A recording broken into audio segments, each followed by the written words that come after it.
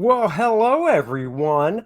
Good afternoon. Afternoons with Andy. What is going on? Past Master Dan goes live or Memorex. It's live, brother, man. What is up? Been a while since you've been on an afternoon stream. It's easy. So, you know, it's just the holidays and stuff. Oh, welcome, American Comics Co. Hail to you. You know, at the holidays and stuff, my schedule's all out of whack. We went to Syracuse for Christmas to visit my wife's family and stuff. We got back on Tuesday late at night. I recovered yesterday because that's one hell of a drive. And then I told my daughter today we'd go see Spider-Man again for the second time. Loved it just as much the second time. And I thought, you know what? I'll stream this afternoon. Tomorrow's New Year's Eve. I'm going to do some work tomorrow. Actually, I'll be working on a commission tomorrow, a cover type commission that has a logo and everything for someone. It's a X-Men type cover.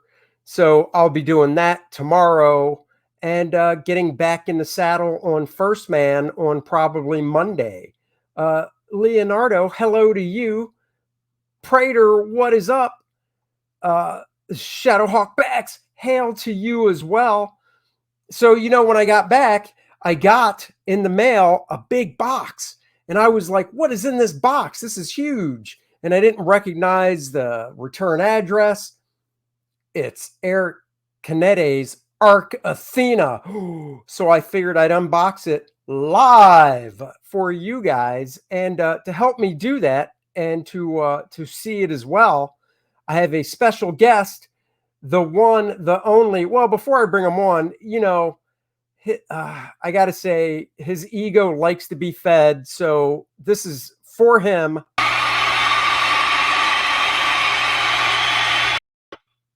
Geez, you get a round of applause and everything.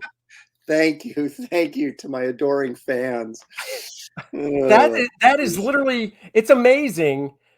Out of all of us that stream on YouTube, I had the technology to actually have the camera turned to my live studio audience. And that, you know, that's who's watching me out there right now. I know. Well, it makes a big difference. That's what kind of elevates your show above everybody else's, is that kind of that spontaneity, that live studio audience feel. So exactly. That's really cool. Yeah. Exactly. Look, so I got to check this out. Now check this out real quick. Let's see. You bought a microphone? Yeah, I got it for Christmas. Josh got it for me. It's a Yeti. Yeah, they're good. I have you can kind of see it. I have a Snowball is what this one's called. That works well. How groovy is that? See, yeah, you do sound, I can tell a little bit of a difference. So yeah, you know, the difference is it sounds, when I've been using my Mac built-in microphone, it wait a minute there, I just switched it over. Now how does that sound? That sounds better. I was going to say it sounded a little quiet, but now that you switched it, big difference. Yeah, it's like it sounds tinny and kind of hollow on the regular Mac mic, but this is more of a fuller you know, whatever. Because it's not. And by the way, Past Master Dan would like to know how your mid-morning nap was. Boy, Past Master Dan, if you were on my show, you know it'd be happening to you right now. But you'd be getting some type of kick. He'd be getting blown up. Damn! Look at this. Now, see, if my house everybody that watches, and if you don't watch the stream, I'll inform you now, I'm above my garage. My garage is not attached to my house. So I literally have to go outside, walk about 20 feet to go into the house. If I didn't have to do that, I would have Aaron's back because I have that hat, but mine is a slight tan color, not dark brown like that. Again, You got two of them. I've got 3 of them actually, because Shelly bought me a bunch of these for Christmas, and they've become my go-to keep my head warm during the winter time. So I wear them all the time now. Yeah, I like that type of hat, but I get the same thing when I wear that hat around because I think it looks cool. When I wear it around, people are like, "Ho, where are you going to drive me to?" Yeah, deliver papers today, and but I'm like, hey, just because I've got class and you don't come crying to me. I mean, that's right. I'm wearing a Christmas shirt. Oh yeah. Oh, Dallas Cowboys, huh? I will even sport the back because the front, it's nice, it's understated. And then walking away, though, people get the bam.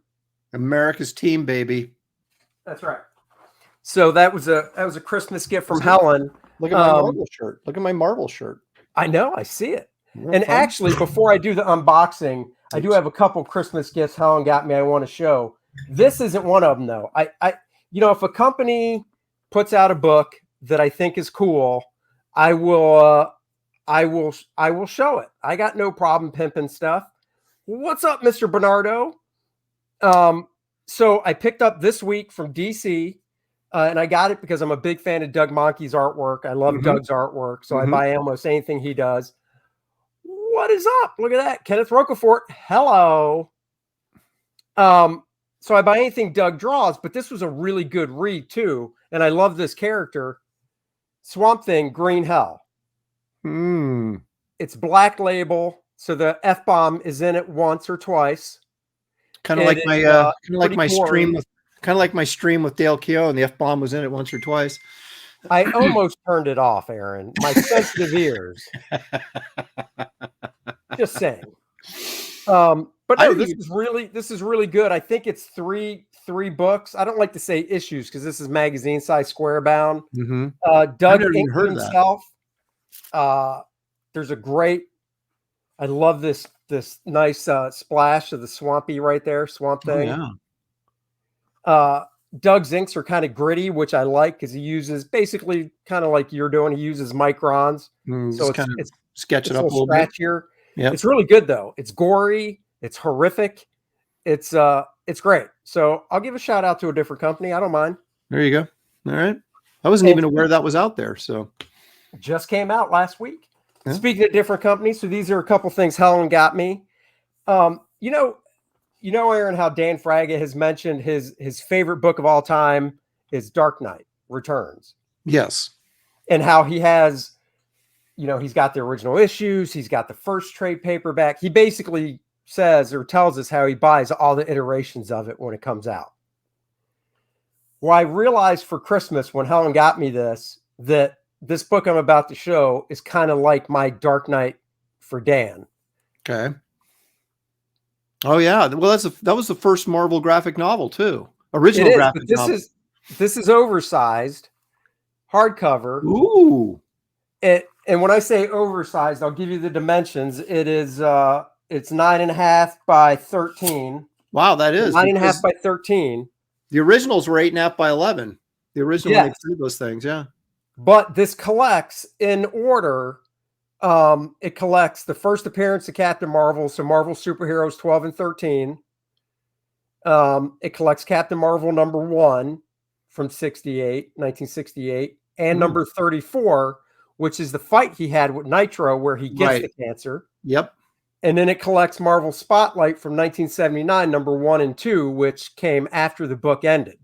Right. And then it ends with the death of Captain Marvel. Right. No, so Pat Broderick did the yes, he did. What did you just say that the not Marvel premiere, but Spotlight 1 and 2, those were Captain Marvel issues that Broderick drew, right? Yes, they were. Yeah. And unlike other stuff Marvel puts out, none of this stuff is recolored. So it's all the flat color. Awesome. It's just on glossy paper. So the whole book length is 182 pages. And I did, because I have all these single issues. Yeah. You know, I have, I have every single issue that's collected in here. I have the original, graphic novel that came out in 83. I've got the trade paperback, Death of Captain Marvel. So, and I've got the reprints that Marvel did back in 80s as well. And I realized when I got this, holy crap, this is like my Dark Knight Returns, that I just love this so much. So I don't think I ever actually bought the original graphic novel of that for some reason. I don't know why, but I don't have it. I need to go back and get that. it's, as long as you're not looking for a first printing, it's pretty cheap. Yeah. And then the other book she got me, which is the same size, dimension wise, is the giant size X-Men. Now, Aaron, I don't know if you know what Marvel did last year, but well, first, this book reprints, obviously, Dave Cockrum's giant size X-Men. Sure. Not recolored.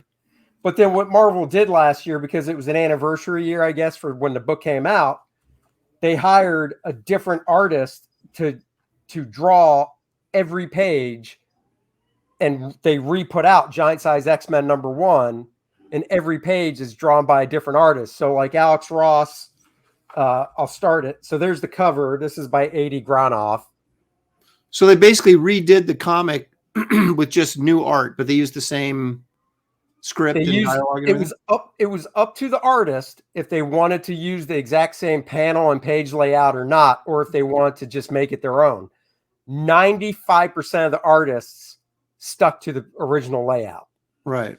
Only a couple guys were like, that's nice, but I think I'll just treat it like it's a typewritten script and do it myself. So it starts off with a bang with Alex Ross, splash page, Nice. and then Kevin Nolan, page 1. Oh my goodness. Wow.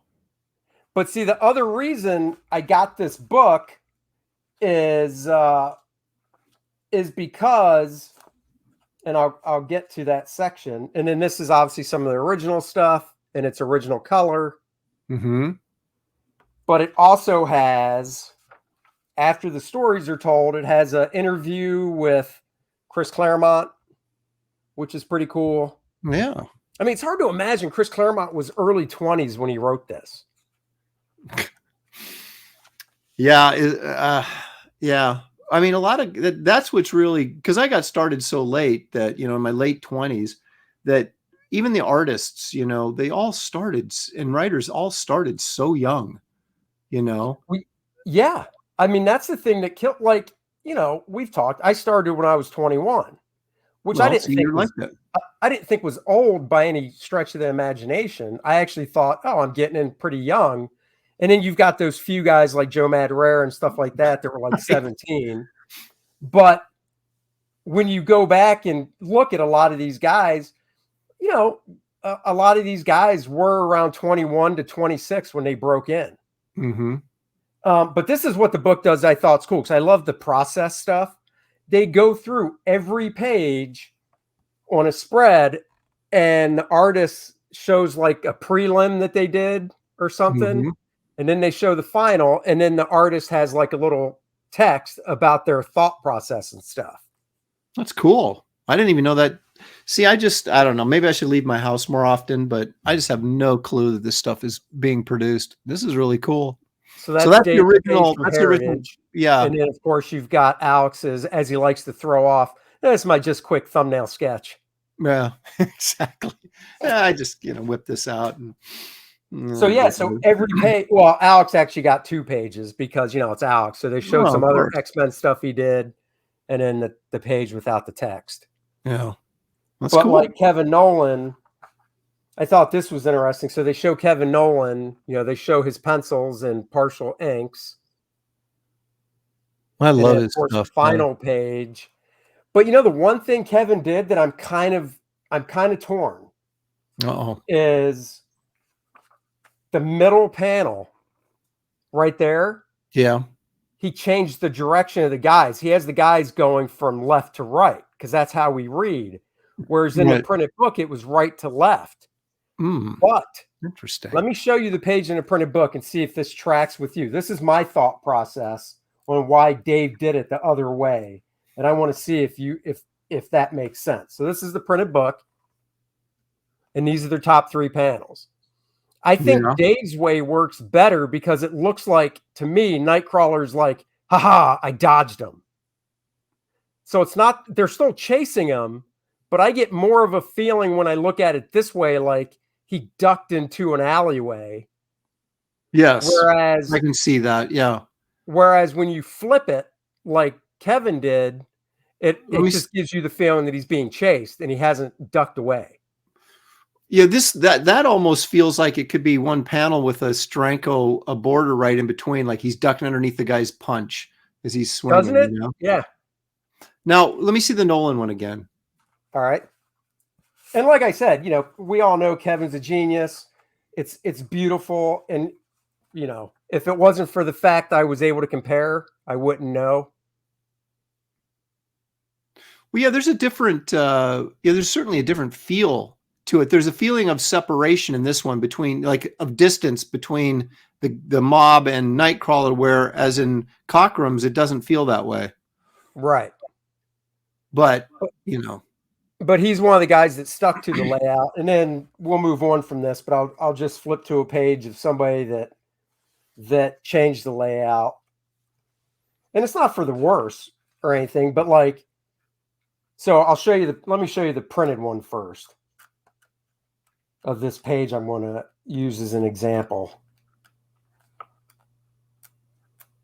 It's, I'll say as I'm looking for it, it's the page where we first see Sunfire, who I just love to death. I love that character. So this is how Sunfire appeared in the first time. Let's see. Yeah, right there on the left. Yeah. So, you know, 3 panels up here, chain scene, body shot of Sunfire. Right? So that's cool. But Bernard Chang wanted to spruce it up some. So he did the big pinup-y shot. There was, you know, the thing is though, back in the, you know, late 70s, when the original Giant Size X-Men came out, actually it was kind of more mid to late 70s. They weren't doing stuff like that. You know, that what Bernard Chang did is more of a, you know, an image sort of interpretation of the story layout, as opposed to what was being done, you know, throughout comics. You rarely got really big panels. You know, they were all sort of evenly sized, and so that's just kind of I think a reflection of more modern sensibilities, not necessarily better or worse, but I just think that's kind of, that shows a contrast right there, a real obvious contrast between how comics were done and then how now they're done visually. Yeah. Well, and then, so like, this is where I differ. If I was the editor, I think I probably would have been a little more hard-nosed and said, I want everyone to stick to the panel layouts that are in the book. Like, basically, if it's a 6-panel grid, you chose the page, you do a 6-panel grid. You know, what you do inside the panels, I would have been like, you know, there's some room to play, but I guess I would have came from it from the standpoint of, I want to be able to put the word balloons in the exact same place. Yeah, I would be, but see, that's more of a kind of a traditionalist point of view, which you and I probably both would fall into that category. And I don't know that you know, I don't know who edited this particular book, but you know, when you have a lot of younger editors that don't necessarily have the same appreciation for the older stuff, you know, they're probably not going to share that sort of sensibility. But I'd be of the same school. I'm kind of like, no, you guys stick with the layouts. We're redoing this book, but it's a tribute to what Cockrum and Chris Claremont did. So, you know, let's honor it by, you know, doing it the same way, but just doing it with different artists, you know. Now, I didn't buy this one, but they did just do an issue. It came out November, maybe beginning of December. They did the same thing, not a hardcover yet. I'm sure they're going to do a hardcover, but the comic book came out of Fantastic Four #1. Oh, really? Yeah, and they had a bunch of different artists. Every artist drew a different page, stuck to the layout if they wanted to, blah, blah, blah. I didn't buy that one. But we're getting back to this real quick. Here's another reason I love this book, and I will show because it's not a ton of pages. So at the very end of the book, they get to the Dave Cockrum stuff. Yeah. So they show like this piece he did for Legion of Superheroes, because remember, some of these designs were originally Legion designs. This is so 70s. Look at that, man. Dude, That so look. 70s. Yep. Like these were all Legion designs he did that they bounced. So he kept them and brought them to Marvel when he got the X-Men gig. And these are all his typewritten notes with the drawings and stuff. Now, why didn't these stick with Legion? Do we have any story behind that? Let's see. So it says in 1972, Marvel editor-in-chief Roy Thomas began seeking to revive the then-canceled X-Men title with a new international cast. Meanwhile, artist Dave Cockrum pitched a team called the Outsiders to DC Comics as a spinoff of his work on Legion. DC rejected the Outsiders, and in 1974, Cockrum joined writer Len Wein to make the International X-Men a reality. Together, they built on and evolved concepts from the Outsiders to create the key members. So, but there is an interview. That had to have been prior to Batman and the Outsiders, then, right? Oh yeah. Because that but would have there is came an in the interview 80s, in here right? with Dave's wife Patty as well. But just check this out, dude. Have you ever seen these? No. I love this. Scanned in full color marker drawings Dave did.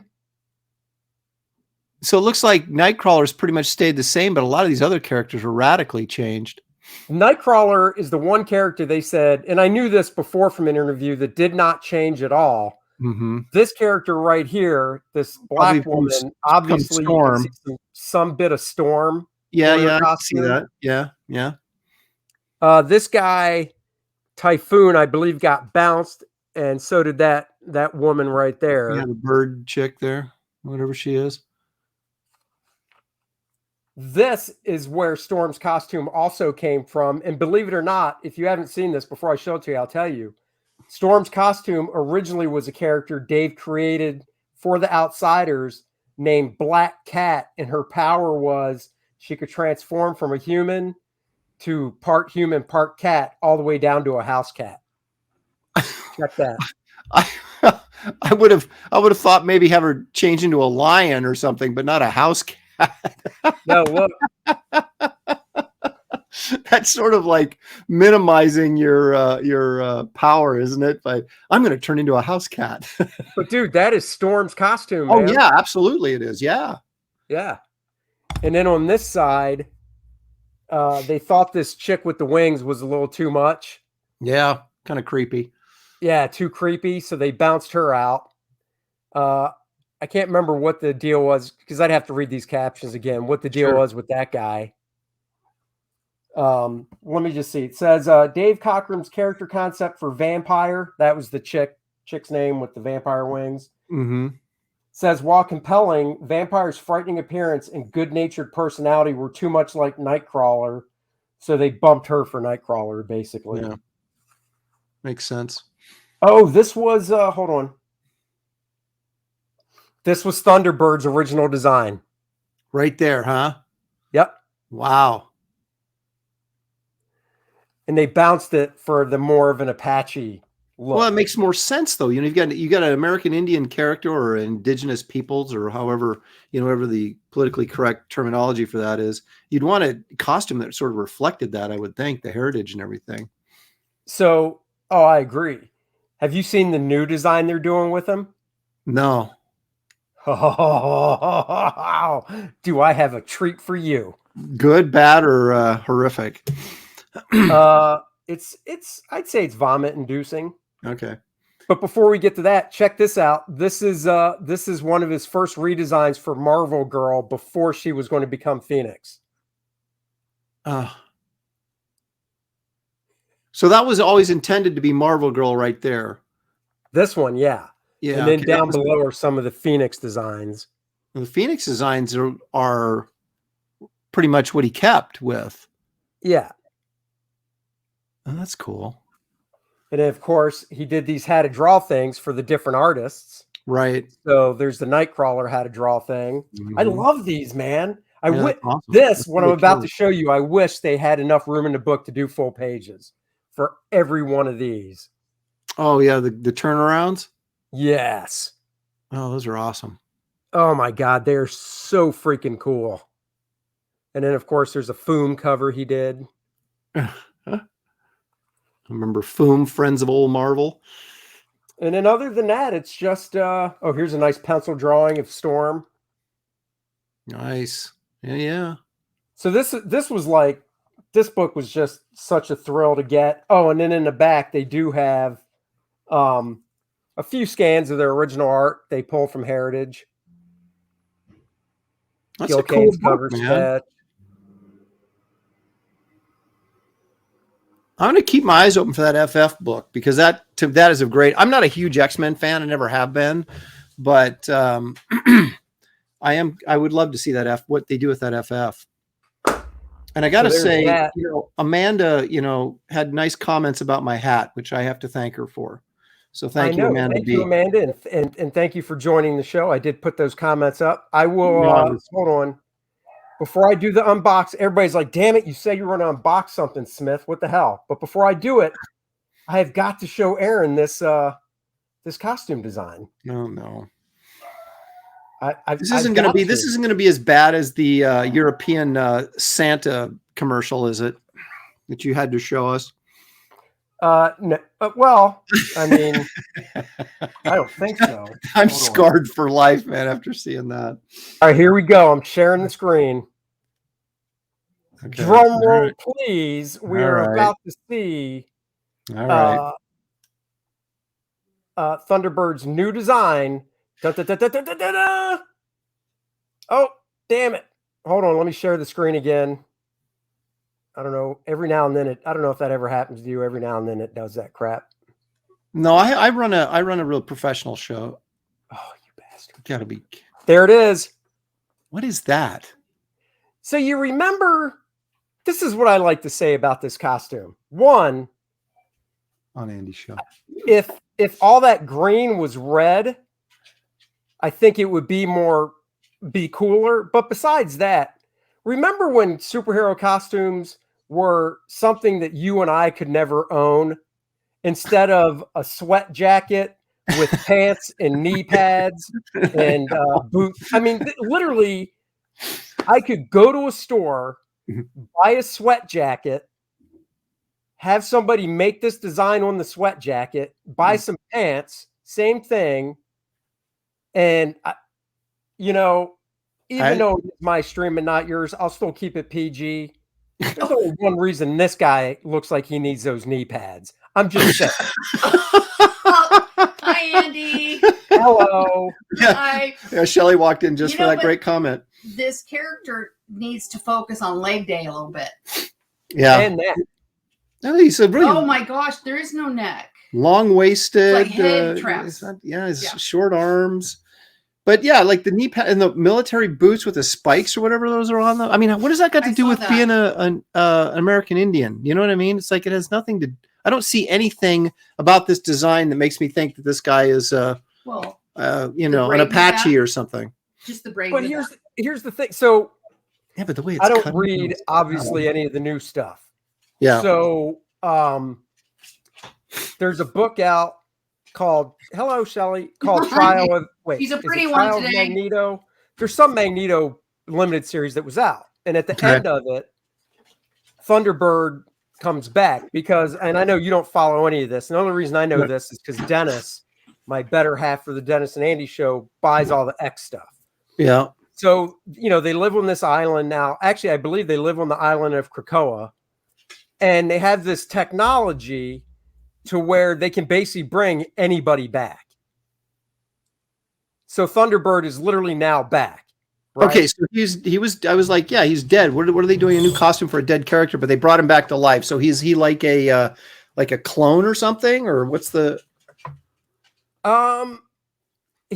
He's when they bring you back, you have, as far as I know, you have all the memories and everything. And basically, when you come back, you're not you you come out of like this egg type thing, fully grown and everything. So it's a very sped up process. You do start, if I remember right, basically like you would start like a baby actually starts in the womb, but it's just a very super fast process. So when you emerge, you're full grown to when you died.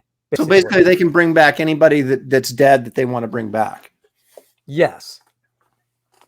But here's the thing that cracks me up is, they're having Ken Lashley, whose art I really dig. They're having him do a variant cover because they're putting out Giant Size X-Men Thunderbird, a one shot next year. Mm-hmm.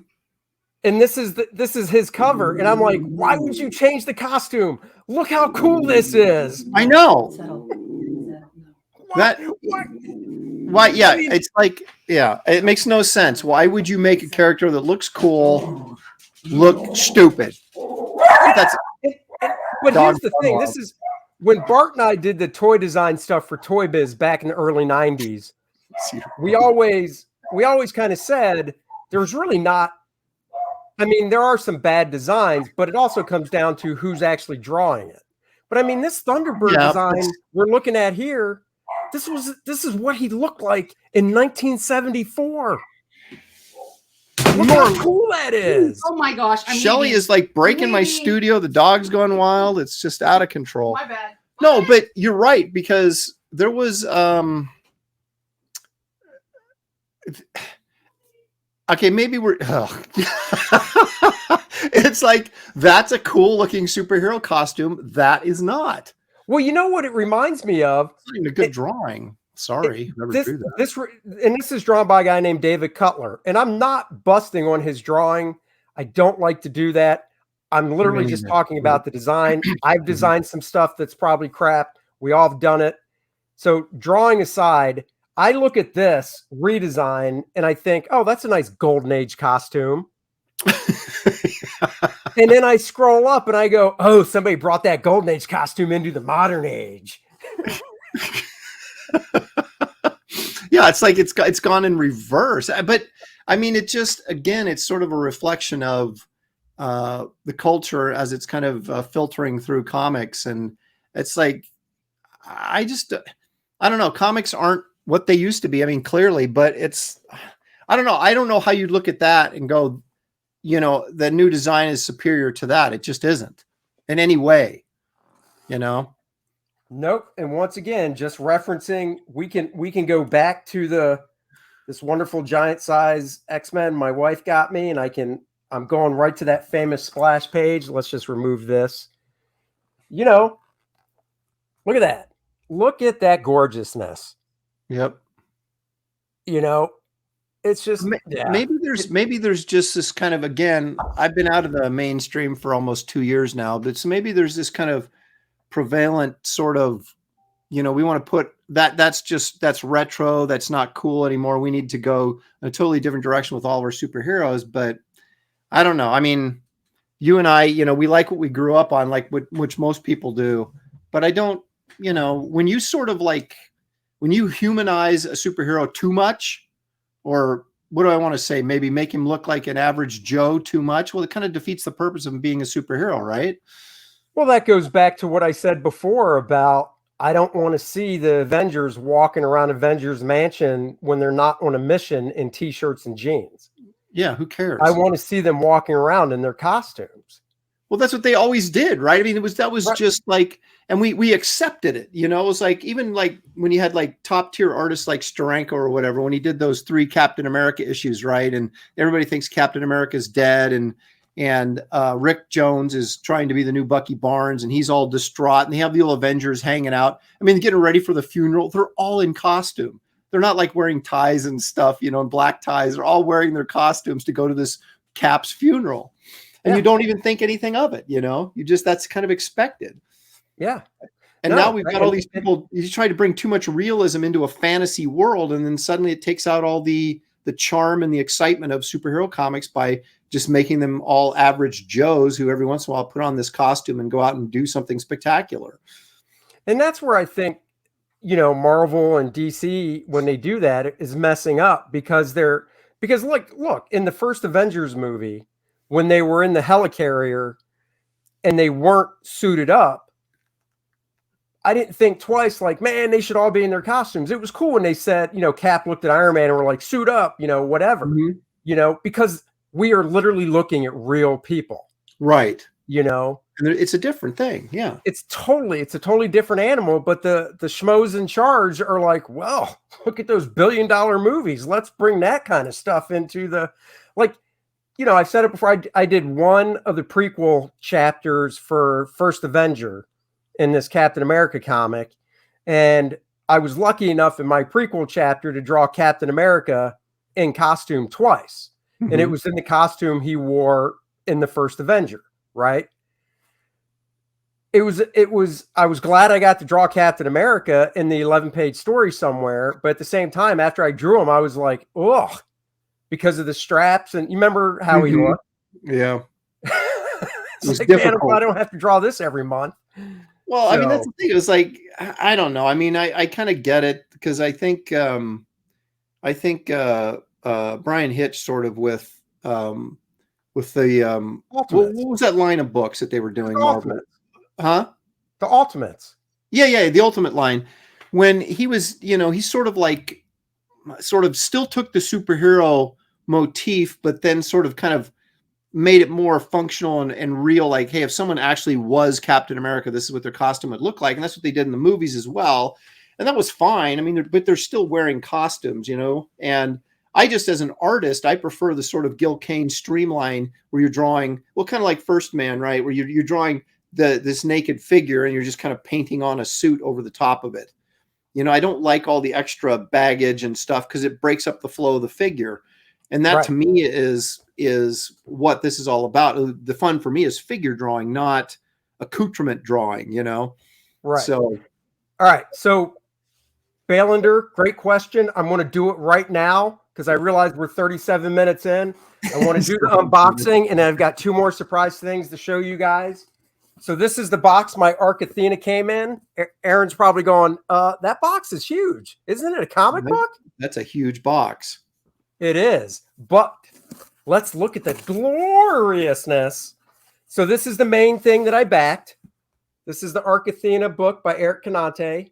Is that a hardcover or soft cover? It is a hardcover. Ooh, nice. Spot varnish. I don't know if you can really tell. Oh yeah, I can. Yeah, actually I can. Yeah. Yeah, spot varnish hardcover. Yeah. He went full boat, barcode and everything. Yeah, I'm gonna do. He's not messing around. So Eric and I are in the barcode club because I do the barcode. ISBNs were mine as well. Yeah, I'm doing it too. I'm going to join your club. Did not post the link to this because this is not in demand. Once it was over, he shut it down. Wow. This is also 1 of 6. So this is volume 1 of 6. This got, besides the actual story, it has a fantastic sketchbook section in the back. Wow, look at that. Eric is one of those artists who is so stylized that a part of me is like jealous because my mind doesn't think that way in regards to drawing figures and such. Mm-hmm, mm-hmm. And, his storytelling is also very, it's unique. The coloring, I mean, I really can't wait to read this. Oh, that's really, really cool. See, I came in late on all this stuff. I wasn't even aware of that until after the fact. It's 2 months early, apparently. See, I don't pay attention. When I back stuff, I basically back it and forget about it. Then when I get it, I get it. Right. Me too. So it's it's a very nice looking book. But you're going, but Smith, that doesn't tell me damn shit about why the box is so big. I get it, guys. I get it. I'm getting there. It's because not only did I back that. I better put my seatbelt on. Well, let me just show you the other goodies. Everybody got a nice little black and white mini print. Okay. This is I think I want to say it's actually Eric drew his character on the as you're looking at the screen, the right, and on the left, I believe the creator of it's Common America. I believe that's his art. And then you know, a little pimpin' postcard here for a project by you know, Iconic Comics. Maybe this is who I believe Eric is teamed up with, I believe. Okay. But this is what I really wanted. The 11x17 black and white artist edition. Oh, so he made that part of the campaign, huh? It was a separate tier. So I backed the tier that got me the book and this 11x17. Oh, just man. like every other artist edition, except it's, you know, it's soft cover, scanned right from their originals to see all the great grayness and stuff. This has a barcode on it too, and just so everybody knows, I assume. So, like Aaron, you said you know, nice wraparound cover. Yeah. You said you missed it. I'm going to assume that he's selling these on a website or something because of the barcode and stuff. So, for instance, this book right here, which I don't know if there's a page count. Does that just have the art? Does it have all the art in it or just some of it? Oh, no, it's the whole book. Does it have the word balloons and stuff or just the black and white art? Just black and white, no text. Okay.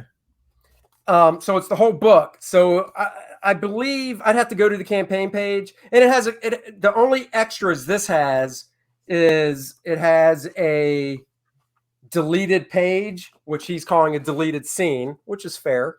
Deleted scene. Yeah. Next to it's a cool shot of that. I love that drawing of that, the main character. Yeah. So it has that. Really cool. It does have his website on the back and ATHENA.com. So you might be able to buy him there. So back to what I was saying, this book is $50. How much? Here, 50. Okay. And then the hardcover actual graphic novel is 40. That seems reasonable. How many pages is that? I'm curious if you know. Let me look. Like I said, I don't have the campaign open. And unfortunately, I don't think he does not do page numbers, but it looks like it's 64. Probably. Yeah. Yeah, I'm thinking it's 64. If anybody in the chat knows. Baylander says yeah, there you go. Will be available. Yeah, so it'll be okay. That's what I figured. If you're going through the trouble of a barcode and all that, he's looking to put this resale, probably stores and stuff. So yeah, so great. I mean, just fantastic book. And this is just, oh, and by the way, Aaron, we can talk off stream. I know where he got this printed. Eric's not in the United States, is he? Or is he? That's a good question. I've chatted with him, you know, private messaging on Twitter and stuff, because I asked him where he got this printed, and he shot me the website and stuff. I think he is, but I'm actually not sure. Well, it's Roquefort who's in Brazil, right? Kenneth, I think, is actually in the chat, isn't he? Oh, I thought Kenneth was in the States as well. Why did I think he was in? I don't know. Yeah, no, I thought Kenneth was in the States. I'm not sure. Kenneth, if you're listening, Kenneth, you want to give yourself up. Go ahead. Yeah. Oh, he's in the States, but who are you talking about? Canete or? Well, both now, because I don't know. Yeah, he's in the States. That's what I thought. Eric's in the States. Yeah. Okay. Yeah. Yeah. Kenneth is in California. That's what I thought. Okay. Yeah. Why did I think he was in Brazil? I don't know. Yeah. So yeah. So I mean, that's just, and I kind of like the fact. Well, you got to figure the artist edition that he did doesn't have the balloons, because technically it wouldn't, because it wasn't lettered on the board. Right. You know? Yeah, right. Yeah, that's right. And oh, there you go. Kenneth was born in Puerto Rico. Well, thank you so much. Art's from Outer Space. Art, I actually shared the link in our Professionals private chat if you want to come in. If not, that's fine too. I like that it doesn't have the balloons because they were never there in the first place. Right, and right. I wasn't even the background stuff that was covered and all that. Right, right. No, that makes sense. I'm always nervous about doing something like that oversized artist edition, because there's a certain amount of people that just love that stuff, and I'm one of them. But they're so expensive, and it's kind of like, man, how many people would actually order it if you offered it, you know? Because I'm looking at that with like Wraith of God. I've got so much cross hatching and so much line work and stuff that, you know, you're not going to notice as much once it's colored. And you keep thinking, man, that'd be really cool to do like an 11 by 17 full size, you know, black and white so people can see it. The other thing you can do, let me just bounce that. The other thing you can do, and I actually did, you know, I do pre-recorded videos called book looks where the camera's just facing down and I go through how to draw books and stuff page by page. The other book you could do, or another way you could do it, Todd McFarlane did it with Spawn #1 5 years ago. He did basically I can't remember what he called it, but I did a book look on it. He did Spawn #1 25th anniversary edition, comic book size, but it was an artist edition. It was all the art scanned in full color, but it was just comic book size. Interesting. Yeah, but it kind of, yeah, but at the same time, it's like you kind of want it bigger. If you got a lot of detail work, you'd like it bigger, though, don't you think? No, I agree with you. I totally agree. Oh, I love this. So you must have got it as well. I don't know how I'm going to store it, but it's the coolest thing.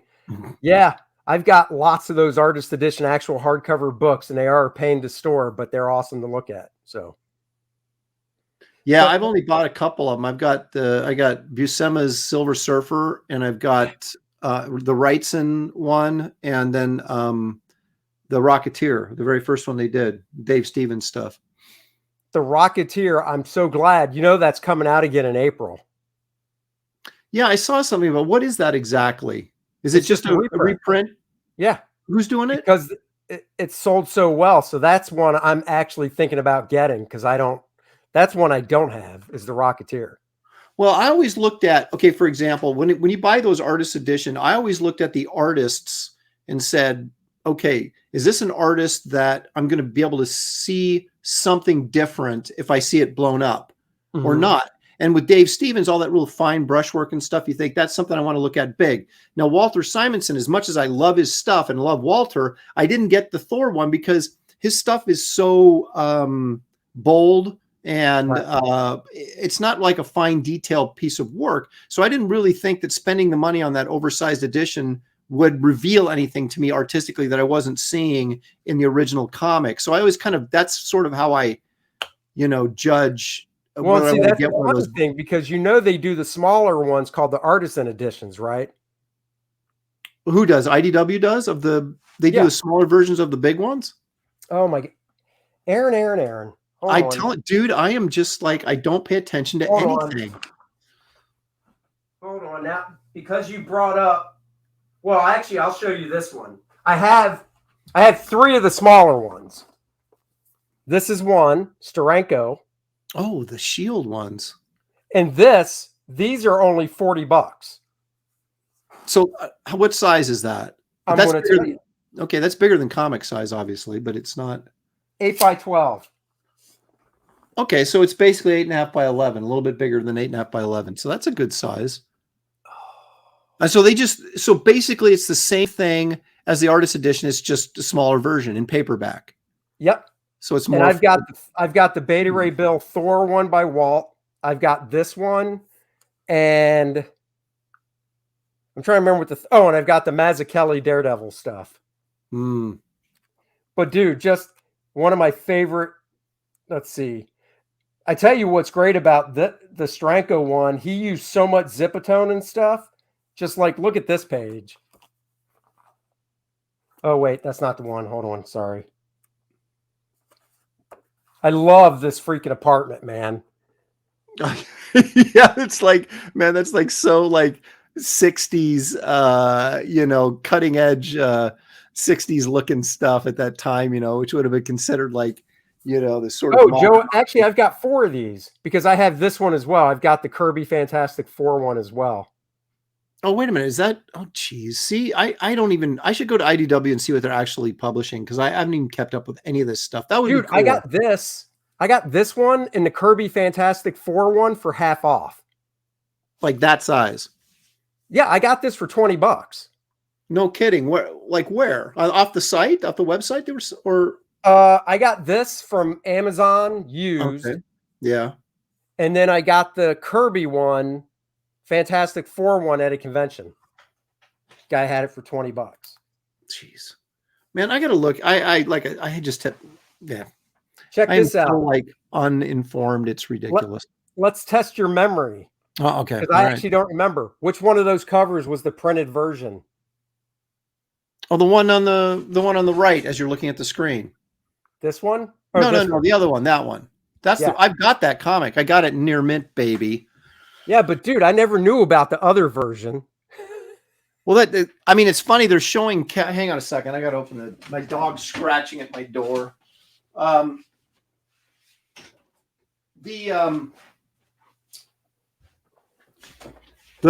version they didn't use, obviously Cap opens up to the camera more, but it doesn't really look like he's engaged in the fight with, that's probably why they decided to change it.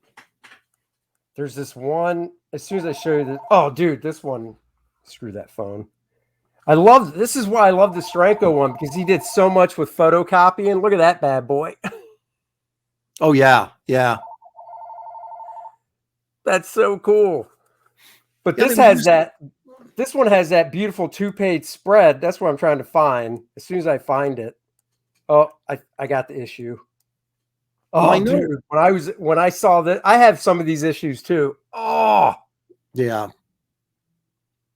Just look at that. Yep.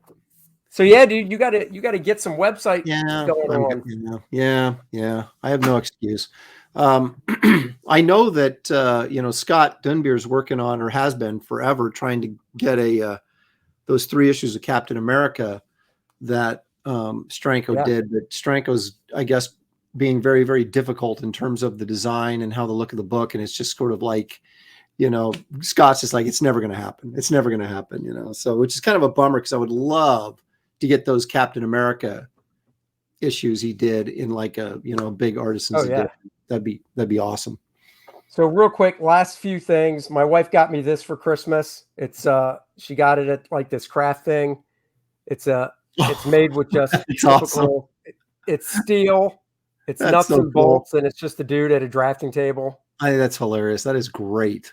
I love that. So she bought me this, and then she got Courtney a Millennium Falcon made out like the same stuff. Dude, I was at a show in San Jose, and there was a guy, I don't mean to steal your thunder, but there was a guy who was doing like nuts and bolts, like robots and creatures. Oh, yeah. And I got this like robot thing. This was in like, it was San Jose. I can't remember if it was which San Jose show it was. The guy had a whole table. He had like a Predator made out of nuts and bolts and different things like this. But I just thought this little robot dude with the little jetpack thing there was really cool. So I picked it up. But those are really cool. That I would love to get like a little artist thing like you got there. That was really cool. That was cool. And then, so 2 last things. So this, people will go, Smith, you've already showed it, but there's a caveat to this one. So it's the bust. Right. A First Man. Right. However, I went back to the guy that did the 3D print. And if you saw me on the first stream where I showed this, the one I got was 5 parts. It was the torso, the head, the arms, and the base, and I glued it all together. Right. Right. And then I sprayed it white so I can paint it. I primed it. Right.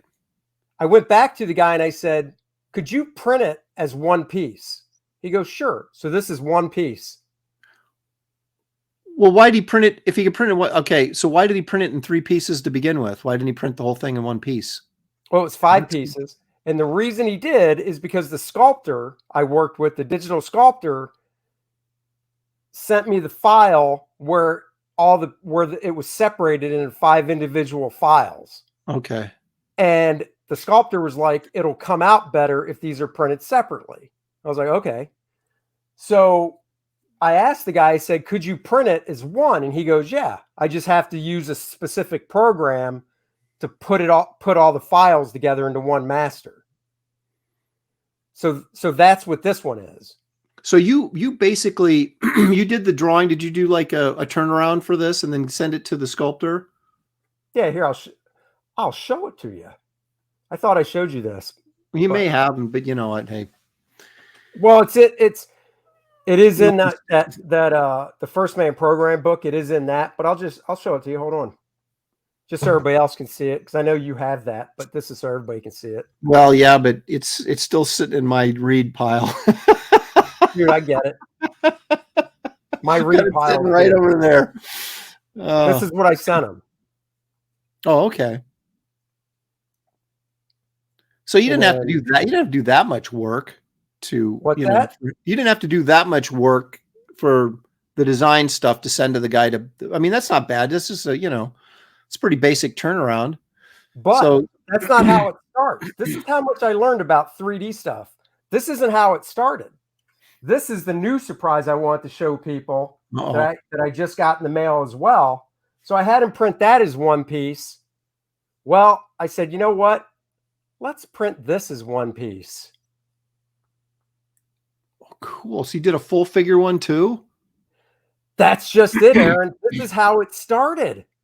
The guy sculpted this first, right?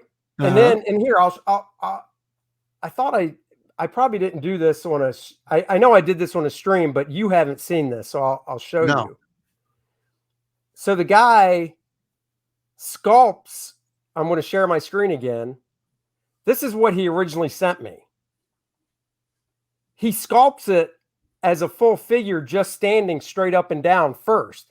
I went in a drawing program and redrew over top to make the anatomy look more like mine. Right. So I changed the abs, the trapezius, the shape of the arms, the legs. I mean, you can see what I did. Right, right. And and then in red, I adjusted the costume because he had the costume wrong. So I send this back to him, and then in ZBrush, the sculpture program, once he tweaks one half of the anatomy, since the halves are the same, it automatically does it to the other side. Oh, okay. So he just, okay. Wow. So then after he does this, let me remove this. After he does this, then he poses it. So he did this, and then and he had my drawing of this, and then he took this and he just moved the limbs and posed it to this. This is like computer makes everything so easy. It's just so he just took that drawing and then just made the computer manipulate the pose to get where he wanted, and then you did the bust. Right. So I bought what I bought off of him. I bought both of these 3D. I think it's a SL file. Like there's TIFFs and stuff. Yeah, yeah. I think this is .SL. So I bought both off of them. This is actually in 3 pieces, but I had the guy print it in 1. Because this was originally no arms. No, wait, this was 4 pieces. No head, no arms. So did you have your sculptor assemble it into one file, or was the guy that did the actual 3D printing? No, the guy that did the 3D print also put this together. Okay, so he assembled your sculpture files into one thing and then printed it as one unit. Yeah, and it's hard to tell, but all the lines are there. So when I paint them, you can see the costume lines, can't you, on his back? Yeah. Oh yeah, there it is. Came into focus. They stick up a little bit, so when I paint it, it's easy. Right. And this is already primed. This was actually printed in gray, but this one right here was printed in white, and I haven't primed this one yet. This is literally the way it came out of the box. Oh my goodness, that is so cool. I'm gonna have to get that done. I mean, if you're doing them that many of them, they can't be too expensive, right? I mean, I'll tell you offline. Yeah, I know. I'm curious because I would love to do something like that. Let's see, a couple comments here. It would likely have to be custom from a shop, but you could have a flat print drawer pull out into tilted draft tape. Oh yeah. And then are you going to brush paint or airbrush? I'm going to brush it. I'm going to go to the hobby store and get just some model paint, and I'm going to paint. So here's the funny thing. I've got.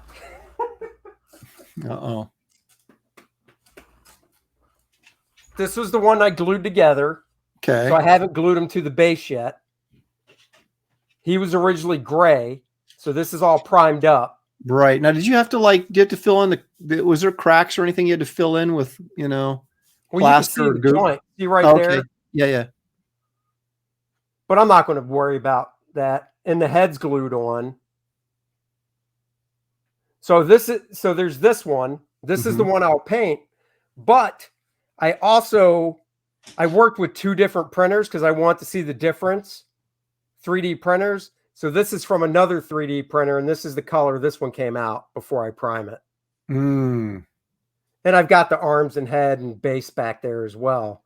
And So the only what do difference is the guy for this one did the base. Is that resin? What's what did they print it out of? Do you know the material? That's a good question. It's solid. The base for this one, I actually had him doing black, so I wouldn't have to paint it. So, I don't know, resin maybe. I mean, I do some sanding to it, like you can see back here. If it gets into focus, I do a little bit of sanding right here, smooth things out some. Wow, that is so cool. It's so so this easy. is a very good question. It's so when amazing. do we get our first man sculpts? That's why I'm doing all of these, because I'm actually having the guy that printed this one as one piece is printing me another one that's 4 inches tall. How tall is that? This one is 7 inches tall from bottom to top of head. So one about half that size. Yeah. So, and then what I might do is I might put them up on my website for sale. And then if somebody orders it, I would just tell them this is how they get it. They'd have to paint it. I'm not painting it. Yeah. Right. Right. But if somebody ordered it, they would get it like this, and it would be about a 3-week turnaround time from the time they placed their order to the time it arrived at their house. So basically, you would put it up on my website. So you'd print these to order, basically. Yeah. Nice. And I probably offer both. So if you different price points, but that's what I got to figure out still. That's why I'm playing it close to the vest right now, is because I got to figure out the price points and stuff to make it worth doing. Yeah. And everything. So those are cool, man. You're Dan asked me who sculpted that. Dan, send me a direct message and I will inform you of who sculpted it. I think, hold on, let me see if I don't know if I saved this one thing the guy sent me. The guy sent me something else too. I just don't know. Yeah, this guy also did a sculpt for Joe Bennett, of Joe Bennett's character. And it's in an action pose. And Joe painted it up and stuff. So the guy sent me a photo of it all painted up. Man, it looks just like Joe drew it. Really? Oh, yeah. Cool. That's why I wanted this, because I wanted to see what my art looks like in basically 3D. Yeah. Well, no, they did too. I mean, that's the thing. Especially, you can really tell on the full figure that it's done like you draw the anatomy. Like the calves and everything. You got like the really huge calves and the big, that's a totally like an Andy Smith drawing right there come to life. I mean, that's so cool. I mean, Aaron, look at that butt. Oh yeah. Don't you wish we all wish we had butts like that? I tell you. So there you go, everyone. We did the unboxing. We've gone for an hour. I don't like to go much longer than that. Plus, I know Aaron's busy. We've gone for an hour. We did the unboxing. I'll show those again. So for people just joining, I unboxed Eric Canete's ATHENA. I got the hardcover graphic novel. I got the 11x17 black and white artist edition, which shows all his art in beautiful black and white, scanned full color. And then I also showed a couple Christmas gifts from my lovely wife, oversized Death of Captain Marvel and giant size X-Men. Very fat books over, each book is, they're about the same. Each book is about 180 pages. Nice. Fantastic stuff. And I gave a shout out to Doug Monkey's new project, Swamp Thing, The Green Hell. Black Label DC, so there's an F-bomb in it, and it's really gory, and it's Doug drawing one of my favorite characters, Swamp Thing. So there you go. There it is. So there you go, guys. Thank you for joining. I really appreciate it. I will be back after the new year. I do have a video going up tomorrow, a new book look, and the book look, for those that don't know, are pre-recorded videos I do where the camera's aimed right down at some book from my library. I flip through it. I give commentary about the book, and tomorrow's book look is on Focus on George Perez, which came out in 1983. So check that out. And Aaron, I'll talk to you as soon as I end this, because I'll give you some details on this stuff. And guys, thank you all for joining as always. I really, really appreciate it. And you know what I always bring back at the end of my streams? I'm bringing sexy back. Yeah.